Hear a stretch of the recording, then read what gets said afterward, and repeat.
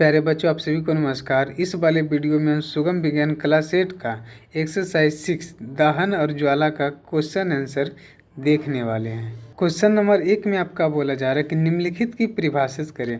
पहला दहन, दूसरा ध्रुव दहन, तीसरा स्वतः दहन, चौथा विस्फोट दहन और पाँचवा ज्वलन ताप।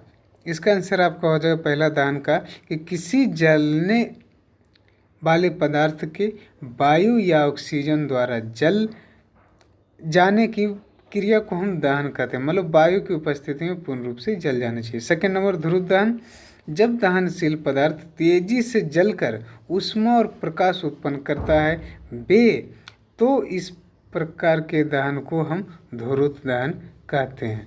3 नंबर स्वतः दहन, अवसाद दहन जिसमें पदार्थ बिना किसी प्रत्यक्ष कारण के अचानक लपटों के साथ जल उठता है, स्वतः दहन कहलाता है। चौथा विस्फोट दहन, पटाखों के जलने के क्रम में आकस्मिक अभिक्रिया होती है जिससे ऊष्मा प्रकाश के साथ ध्वनि उत्पन्न होती है।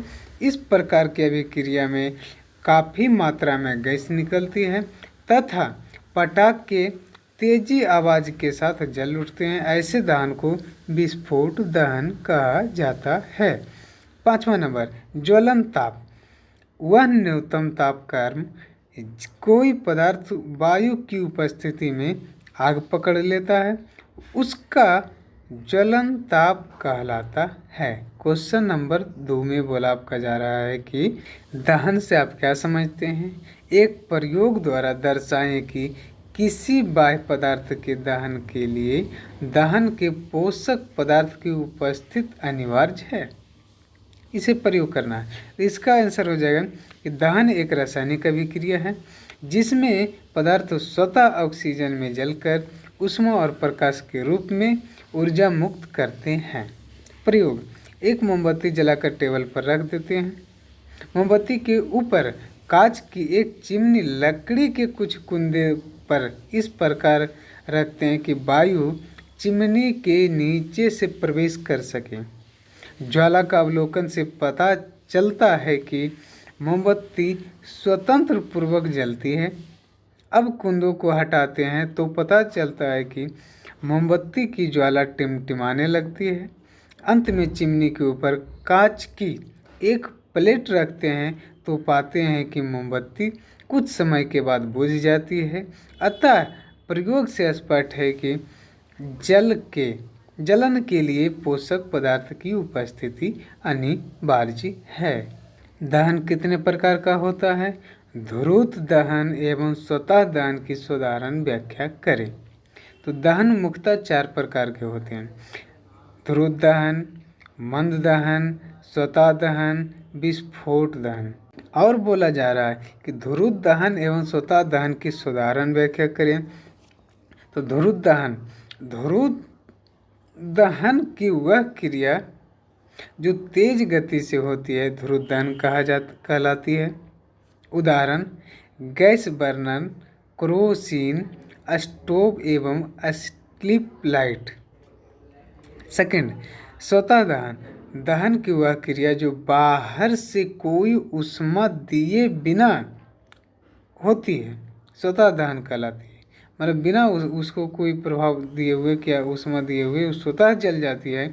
उदाहरण पीले फास्फोरस की जलना। क्वेश्चन नंबर 4 में आपका 3 क्वेश्चन दिया गया है जिसमें से पहला क्वेश्चन है कि ज्वाला के ऊपर कागज का गिलास रखने पर उसमें शीघ्रता से आग पकड़ता है जबकि जलयुक्त गिलास में आग नहीं पकड़ता है, क्यों। इसका कारण आंसर में हो जाए कि इसका कारण यह है कि जलयुक्त गिलास का जल गर्म हो जाता है और गिलास खुद नहीं जलता है क्योंकि ज्वाला द्वारा आपूर्ति की गई ऊष्मा जल में स्थानांतरित हो जाती है। सेकेंड नंबर क्वेश्चन, ज्वाला में जलाने पर एक लकड़ी का बोटा जलना आरंभ करने से अपने छिलके की अपेक्षा अधिक समय लेता है, क्यों। इसका आंसर हो जाएगा कि इसका कारण यह है कि लकड़ी के बोटा एक विशाल परिणाम होता है जबकि लकड़ी के छिलके का परिणाम कम होता है, इसलिए लकड़ी के छिलके शीघ्रता से ज्वलन ताप प्राप्त कर लेता है और जलने लगता है। आग बुझाने के लिए जल का प्रयोग करते हैं। इसका आंसर हो जाएगा कि आग जल से ऊष्मा को अवशोषित कर लेता है तथा जल वाष्प दाह पदार्थों को चारों ओर से घेर लेता है और वायु की आपूर्ति रोक देती है। यही कारण है कि आग बुझाने के लिए जल का प्रयोग करते हैं। इस क्वेश्चन में आपका बोला जा रहा है कि मोमबत्ती की ज्वाला की संरचना का सचित्र वर्णन करें। इसका आंसर आपका हो जाएगा कि एक मोमबत्ती की लौ को 4 क्षेत्रों में विभाजित किया जाता है। नीला क्षेत्र, काला क्षेत्र, दीप्त क्षेत्र और अदीप्त क्षेत्र।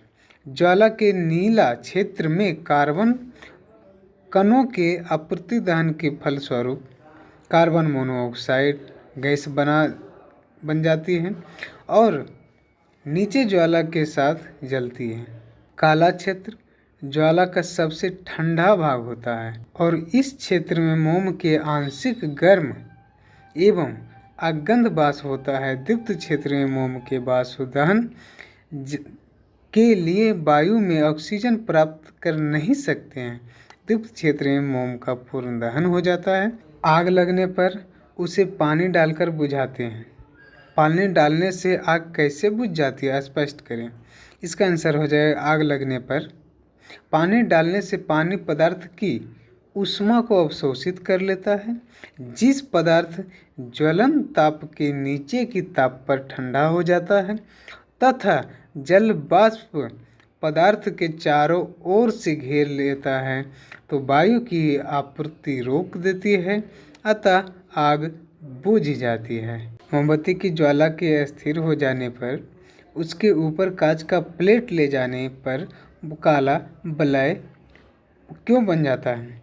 इसका आंसर हो जाएगा कि ज्वाला का मध्य क्षेत्र जो काला क्षेत्र से घिरा होता है, इस क्षेत्र का ताप सामान्यता होता है, मतलब मध्य होता है तथा इसमें मोम के वाष्प पूर्ण दहन के लिए वायु से ऑक्सीजन प्राप्त कर नहीं सकते हैं, इसलिए यह वाष्प आंशिक रूप से जलकर कार्बन कण बनाते हैं। कार्बन का कण धुआं और कज्जल के रूप में ज्वाला को छोड़ देते हैं। इसलिए मोम की ज्वाला के अस्थिर हो जाने पर उसके ऊपर कांच का प्लेट ले जाने से काला धब्बा या काला वलय बन जाता है।